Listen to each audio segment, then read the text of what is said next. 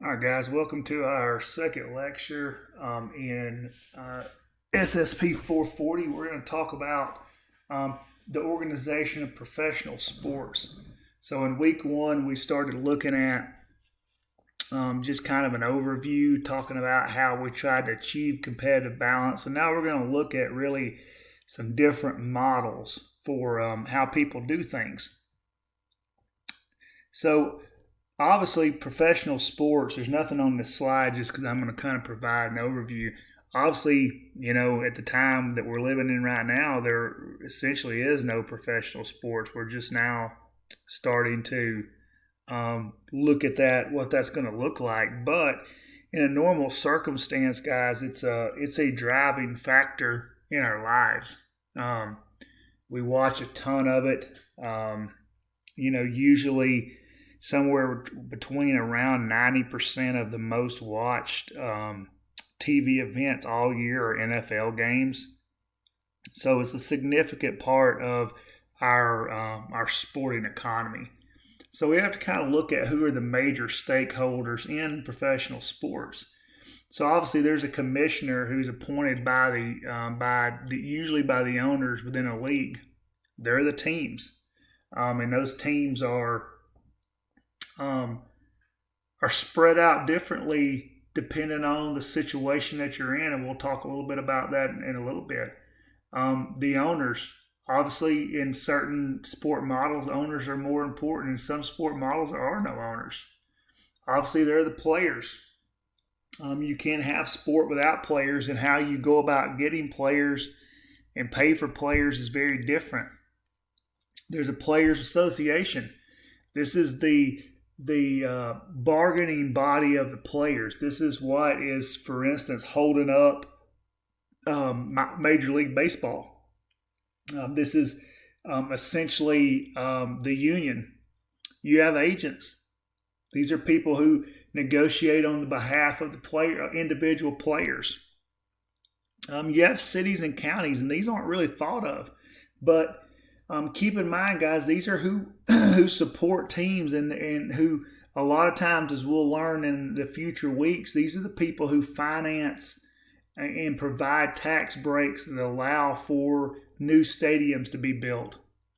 And then you have the media, both old and new. And what I mean by that is you have your traditional media of TV, radio, newspapers.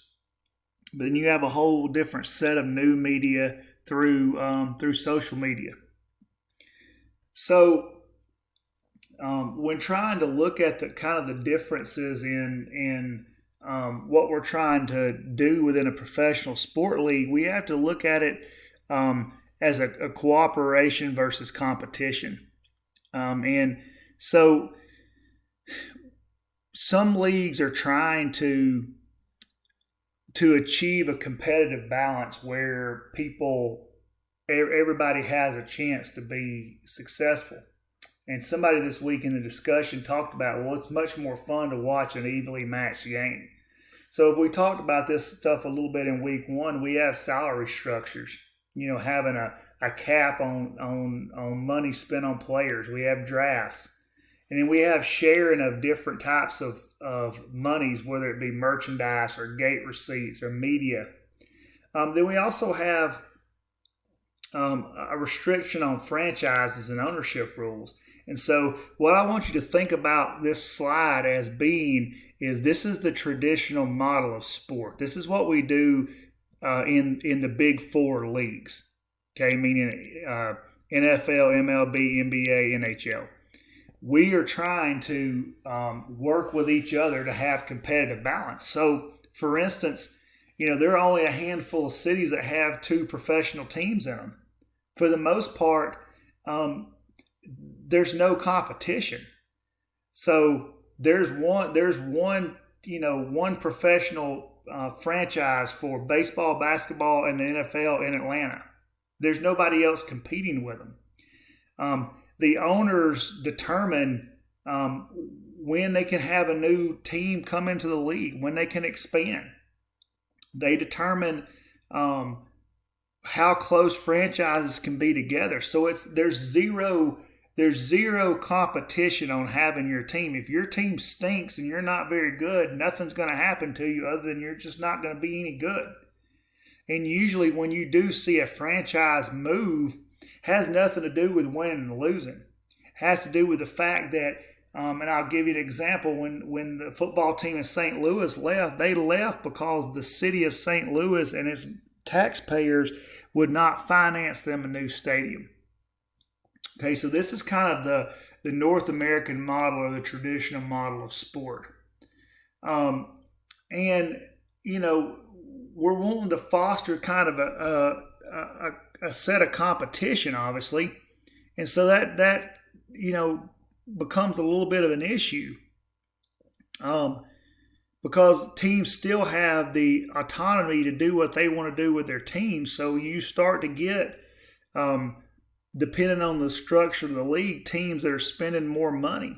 So, for instance, you look at the Yankees. And baseball is the worst offender of this, where you can buy a team.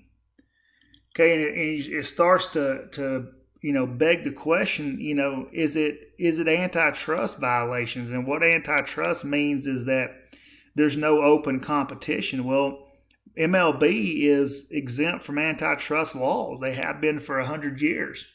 And the other ones, although they're not exempt, they still kind of fall into the category. And then obviously, you frequently get labor issues. Now, we've been pretty fortunate. We haven't had a stoppage in a professional sport in a while, but it's coming where people can't agree. So an alternative model to the traditional model will be a single entity model. And so this is what you see in the WNBA, for instance. This is the best example of this, where teams are owned by necessarily individual owners. It's kind of owned by a conglomerate that owns all of the teams. So they unilaterally impose a minimum and a maximum salary. You have a pure share in the profits, meaning each team gets exactly the same amount. You have somewhat of competitive parity. You can relocate your teams easier. You can expand franchises easier. There's no antitrust at all. But there's some things that the owners, there is no autonomy at all. You do what the conglomerate says. Because you're getting the exact amount of money, it takes away the competitive type nature of it. So there's less incentive to improve. And WNBA is not the only one to do this. This is just an example, and your assignment this week is going to deal with this. So I'm going to kind of leave it at that and let you guys dig into it. And then the third model is promotion and relegation. This is what you see in European soccer. And understand that over there, it's a complete open market. So where I said in North America, we have a restriction on, there's one team in Atlanta. There may be 20 or 30 pro soccer teams just in London, England. And so basically, if you want to remain in the upper level of competition, you have to win. If you finish last, you get relegated down to a lower level of competition. So there's a continued incentive to improve your product. And what that means is teams are willing to buy players. And because winning is everything. You have to win. And so just kind of summaries of leagues and issues. Obviously, they all have issues. The NFL has had a host of issues.